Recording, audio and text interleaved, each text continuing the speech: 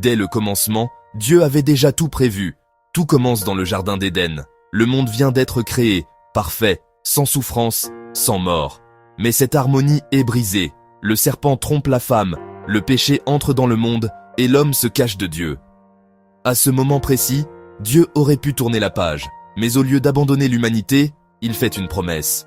Une promesse qui changera le cours de l'histoire. Genèse 3,15 déclare « Je mettrai inimitié entre toi et la femme, entre ta postérité et sa postérité.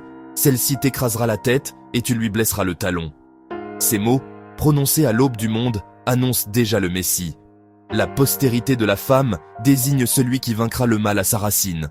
Il sera blessé, mais il écrasera définitivement le serpent. Dès les premières pages de la Bible, Dieu révèle son plan. Le salut viendra par un fils, né d'une femme, qui détruira les œuvres du mal. Rien n'est improvisé. Avant même la chute, Dieu avait déjà prévu la rédemption. Des siècles après la chute, Dieu choisit un homme, Abraham. Il l'appelle à quitter son pays, à tout laisser, pour devenir le père d'une nation nouvelle. Mais la promesse de Dieu dépasse largement sa famille. Genèse 12,3 dit « Toutes les familles de la terre seront bénies en toi ». En Abraham, Dieu annonce déjà Jésus. Parce qu'à travers la descendance d'Abraham, toutes les nations du monde recevront la bénédiction. Et cette descendance, l'apôtre Paul l'expliquera plus tard, c'est le Christ lui-même. Puis vient Jacob, petit-fils d'Abraham. Avant de mourir, il prophétise sur ses fils, et en particulier sur Juda. Le sceptre ne s'éloignera point de Juda, ni le bâton souverain d'entre ses pieds, jusqu'à ce que vienne le Shilo, et que les peuples lui obéissent. Genèse 49,10. Le Messie viendra de la tribu de Juda, et ce roi annoncé par Jacob, c'est Jésus, le lion de Juda. D'Abraham à Isaac, d'Isaac à Jacob, de Jacob à Juda, Dieu trace une lignée, une promesse qui avance pas à pas, génération après génération, jusqu'à ce qu'un jour, dans une humble étable de Bethléem, la parole devienne chair. Les siècles passent, le peuple d'Israël attend le Messie promis. Et dans ce silence qui précède la lumière, les prophètes reçoivent des visions précises, des annonces qui semblent impossibles. Le prophète Ésaïe écrit « Voici, la Vierge deviendra enceinte, elle enfantera un fils, et on lui donnera le nom d'Emmanuel. » Ésaïe 7,14. Un enfant, mais pas comme les autres.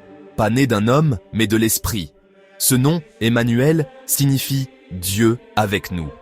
Dieu lui-même choisit de venir habiter parmi les hommes, non dans la gloire des palais, mais dans la simplicité d'une naissance.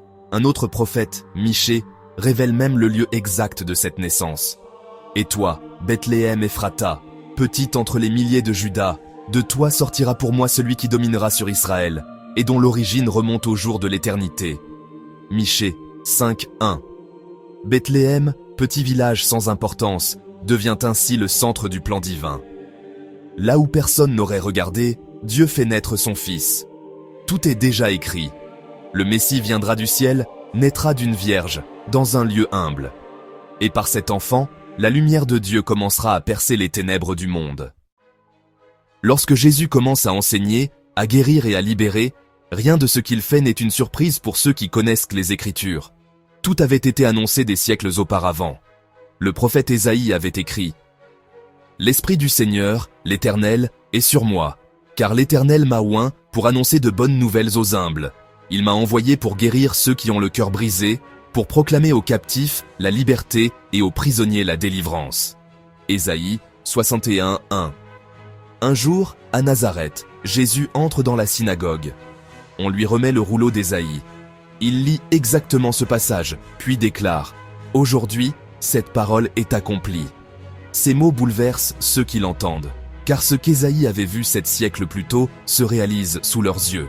Les aveugles voient, les sourds entendent, les malades sont guéris, les exclus retrouvent espoir. Chaque geste de Jésus accomplit une promesse. Chaque parole résonne comme un écho des prophètes. Même le zèle de son cœur pour la maison de Dieu avait été prédit. « Le zèle de ta maison me dévore. » Psaume 69:10. Rien n'est nouveau, tout s'accomplit. Le Messie promis agit enfin au milieu des hommes, et à travers lui, la parole prophétique prend chair. Alors que Jésus apporte la vérité, beaucoup l'écoutent, mais tous ne l'acceptent pas. Il guérit les malades, relève les pauvres, pardonne aux pécheurs, et pourtant, il est rejeté par ceux qui attendaient, justement le Messie. Ce rejet n'est pas une surprise, il avait été annoncé. Ésaïe l'avait vu avec une précision bouleversante. Méprisé et abandonné des hommes, homme de douleur et habitué à la souffrance. Il était méprisé, et nous ne l'avons pas estimé. Il a été blessé pour nos péchés, brisé pour nos iniquités. Le châtiment qui nous donne la paix est tombé sur lui. Et c'est par ses meurtrissures que nous sommes guéris. Ésaïe 53, 3, 5. 7 siècles avant la croix, Dieu révélait déjà le prix de notre rédemption. Le Messie ne viendrait pas pour dominer, mais pour souffrir. Il ne serait pas couronné d'or, mais d'épines. Il ne serait pas applaudi, mais crucifié. Le roi David lui-même avait prophétisé ce moment. Ils ont percé mes mains et mes pieds. Il se partagea de mes vêtements. Ils tirent au sort ma tunique. Psaume 22, 17, 19. Tout ce que Jésus a vécu à la croix avait été écrit bien avant que les Romains n'inventent la crucifixion.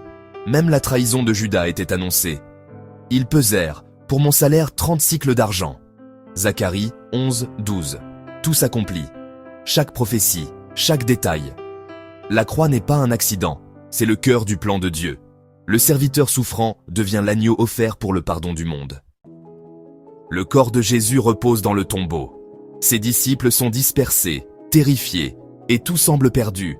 Mais ce silence n'est qu'une attente. Car depuis longtemps déjà, les prophètes avaient annoncé que le Messie ne resterait pas dans la mort.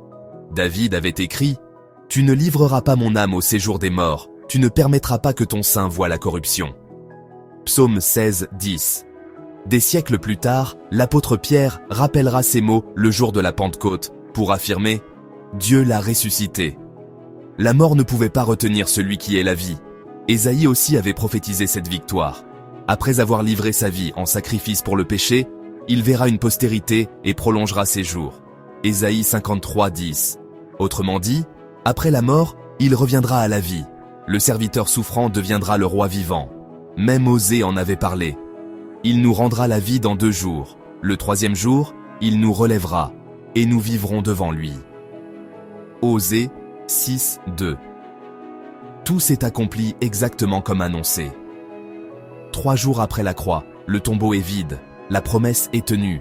La résurrection n'est pas une légende, c'est le sceau de Dieu sur toute l'histoire du salut. Le mal est vaincu, la mort est terrassée, et la lumière triomphe des ténèbres pour toujours. Après sa résurrection, Jésus apparaît à ses disciples. Il les réconforte, leur parle du royaume de Dieu et leur confie une mission. Aller dans le monde entier, annoncer la bonne nouvelle. Puis, sous leurs yeux, il s'élève dans le ciel depuis le mont des Oliviers. Mais ce départ n'est pas un adieu. C'est une promesse.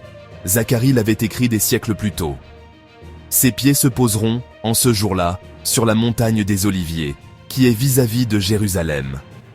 Zacharie 14, 4. C'est le même lieu d'où il est monté au ciel, et c'est là qu'il reviendra. Le prophète Daniel avait vu cette vision glorieuse.